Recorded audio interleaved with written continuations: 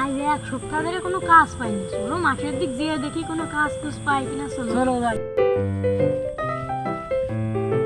সময় আবার কে কল দিল দেখি তো। মেম্বার সাহেব, আসসালামু আলাইকুম মেম্বার সাহেব। হ্যাঁ ভালো আছি আমি, আপনি ভালো আছেন তো?